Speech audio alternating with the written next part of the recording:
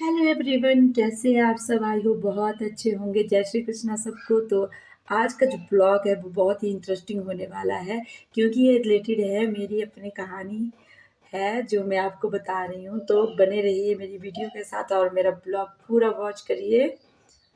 तो दोस्तों, मुझे करनी थी आपसे एक बात शेयर। तो कल मैं वो कहना भूल गई। तो जैसे ही मैं स्कूल से आई तो हमारे जो रूम है उसके पास में एक बगल में दुकान है कपड़े की। तो वहाँ पे एक लड़की बैठी हुई थी। मैंने उस लड़की को पहले तो वहाँ नहीं देखा था, तो बाद में मैंने उसको पूछा कि मैं क्या आपकी ओनर कहाँ है? तो उसने बोला दीदी वो गई है खाना खाने। मैं क्या आप उनके रिश्तेदार हैं? तो उसने बोला नहीं दीदी, मैं तो यहाँ काम करती हूँ। मैं क्या अच्छा। तो मैं क्या आप तो इतनी छोटी है देखने में, तो आप यूँ यहाँ पे मतलब क्यों काम कर रहे हो? तो उसने बोला कि मैंने अभी +2 के एग्ज़ाम दिए हैं और मैंने अभी कॉलेज में एडमिशन लेनी है। तो मैंने सोचा रूम में बैठ के क्या करूँगी घर में बैठ के, तो इससे बढ़िया कि जितना भी मिलता है मैं उतना कमा लूँ।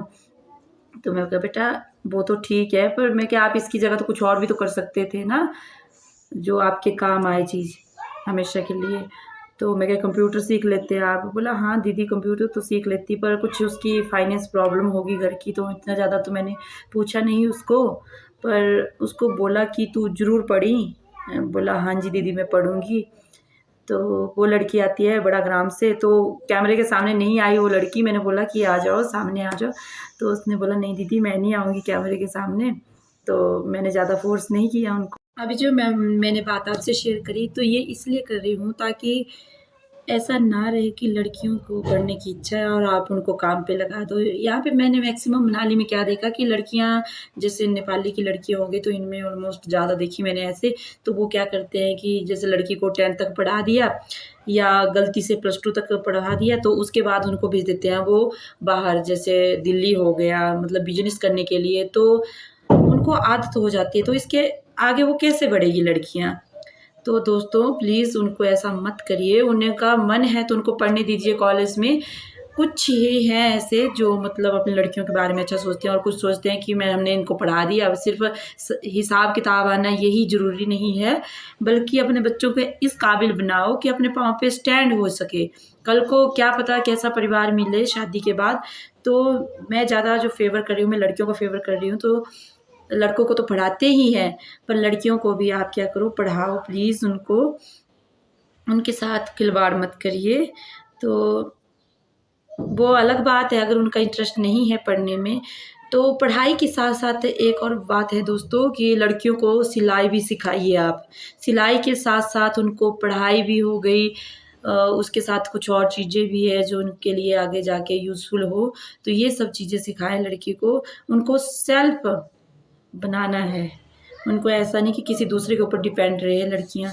तो जैसे मैं हूँ, अपनी बात बोलूँ तो मैं भी हूँ, तो मैंने भी देखो बीए बीएड करी हुई है। तो और साथ में मैंने कपड़े भी सीखे हुए हैं, अब मैंने बुनाई भी सीखी है अभी जाके। तो मेरा कहने का मतलब ये है कि लड़कियों को जो है वो पूरे ए टू ज़ेड काम आना चाहिए, चाहे घर की बात हो, चाहे बाहर की बात हो। तो जब भी मौका मिलता है तो प्लीज़ और लड़कियों को समझें, क्योंकि लड़कियाँ खुल के अपनी बात किसी से नहीं कहती है। ये सब मेरे साथ हो चुका है। मैं अब अभी आपको अपनी स्टोरी नहीं बता सकती हूँ। तो मैं भी छोटी जैसी थी, तो मेरे पापा एक्सपायर हो गए थे। सिर्फ़ मम्मी है और बड़ी बहन है। बड़ी बहन जो है वो मेरे से 12 साल बड़ी है। तो मैं थी जब 5th में पढ़ती थी, तो मेरे पापा जी एक्सपायर हो गए थे, तो आगे-पीछे कोई नहीं है। वैसे ना चाचा-ताया जो भी मिले उनका कोई साथ नहीं रहा है हमें। तो उन्होंने मतलब कहते हैं ना कि कमज़ोर देखते हैं किसी को तो उसके ऊपर हावी हो जाते हैं, तो वैसे ही उन्होंने किया। हमारी जो ज़मीन थी वो भी हड़प ली उन्होंने, उन लोगों ने। तो उनका सपोर्ट तो कभी नहीं रहा, ना बुआ का रहा, ना चाचा-ताया, ना चाचा-ताया की लड़कियों का रहा, किसी का नहीं रहा। तो मैं ये कहना चाहती हूँ कि अगर लड़कियों को सब कुछ आता है तो अब अपने बलबूते पर अपनी लाइफ़ को अच्छे से सेटल कर सकती है। तो मेरी मम्मी ने भी मुझे पढ़ाया, तो मुझे आज इतना मतलब प्राउड फ़ील होता है कि मैं अपनी बेटी को पाल सकती हूँ, और बेटी को पालने के साथ-साथ मतलब जो मेरे निजी खर्चे हैं वो भी चला सकती हूँ, क्योंकि मुझे मम्मी ने सिलाई भी सिखाई है।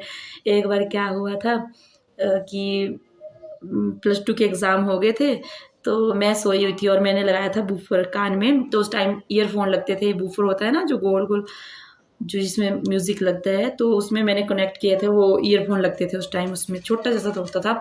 तो मैंने लाया था वो अपने मामा के लड़के से। उस टाइम मैं पढ़ती थी, मतलब प्लस टू के पेपर दिए थे मैंने, तो छुट्टियाँ थी मुझे, अभी मैंने कॉलेज में एडमिशन लेनी थी, तो उस टाइम की बात है ये। तो मैंने लगा के रखे थे ईयरफ़ोन और मैं सोई थी बिस्तरे में। तो रात का टाइम था, तो मम्मी ने देखा कि उसमें होती थी जब जब जब, मतलब लाइट जल रही थी उसमें। तो मम्मी ने देखा कि ये लाइट कहाँ से जल रही है, तो मम्मी ने सोचा कि इसके पास मोबाइल है, ये मोबाइल पे बात कर रही होगी। तो जब उन्होंने देखा कि ईयरफ़ोन लगे हुए हैं कान में, रात का टाइम था, कोई 11 साढ़े 11 बजे की बात है ये। तो मम्मी ने देखा कि ये कर क्या रही है, तो उन्होंने क्या किया, मुझे एक चांटा लगा दिया। मम्मी ने बोला कि देख, तू यहाँ पे वेस्ट कर रही है टाइम, अगर इतना टाइम तूने वेस्ट करना है तो ज़रूरी तेरे को पढ़ाना है। तो ऐसा ना, तो कपड़े सीख रही है, क्योंकि मेरा इंटरेस्ट इन चीज़ों में था ही नहीं। तो मैंने उनकी, फिर जिस टाइम मुझे वो चांटा लगा ना, उसके बाद मैंने मन बना लिया कि नहीं, जैसे ही सुबह होगी मैं जाऊँगी कपड़े सीखने के लिए, मतलब बात करके आऊँगी। और हमारे नज़दीक पड़ता है एक प्लेस है, वहाँ का नाम है उखली, जो कि हमीरपुर में पड़ती है। तो मैं चली गई वहाँ पे, तो वहाँ पे एक दुकान में गई, जो हमारे रिश्तेदार ही है, तो उनके पास गई। तो उन्होंने मना कर दिया सिखाने के लिए कि हमारे पास टाइम नहीं होगा, क्योंकि उनके पास कपड़े बहुत ज़्यादा आते थे। तो उसके बाद मैं वहाँ से गई दूसरी जगह, मतलब ढूँढती रही कि कोई मिल जाए मुझे सिखाने वाला। तो एक मिल गया मुझे, वहाँ पे एक आंटी।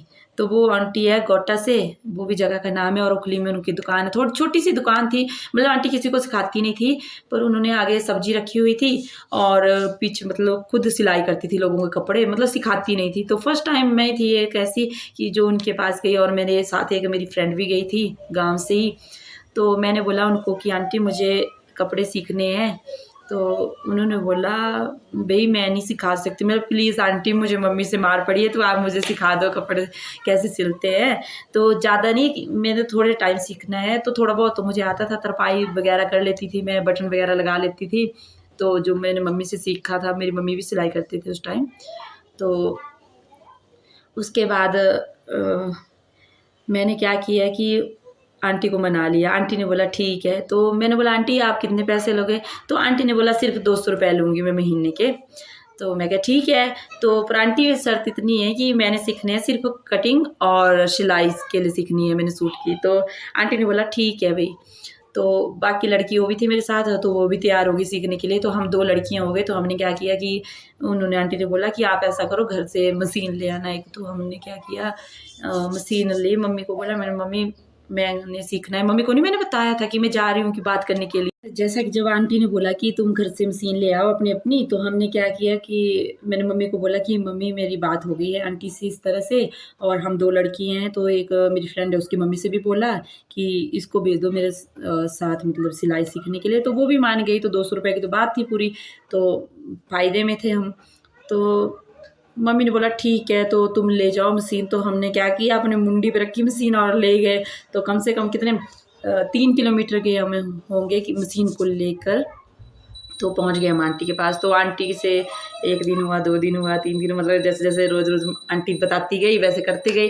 तो सबसे पहले आंटी ने क्या किया कि उनके पास जो थे कपड़े आते थे सिलने के लिए, तो उन्होंने दिए मेरे पास तरपाई की। बता भला तेरे को आती भी है तरपाई की नहीं आती है? तो मैंने बोला ठीक है दे दो।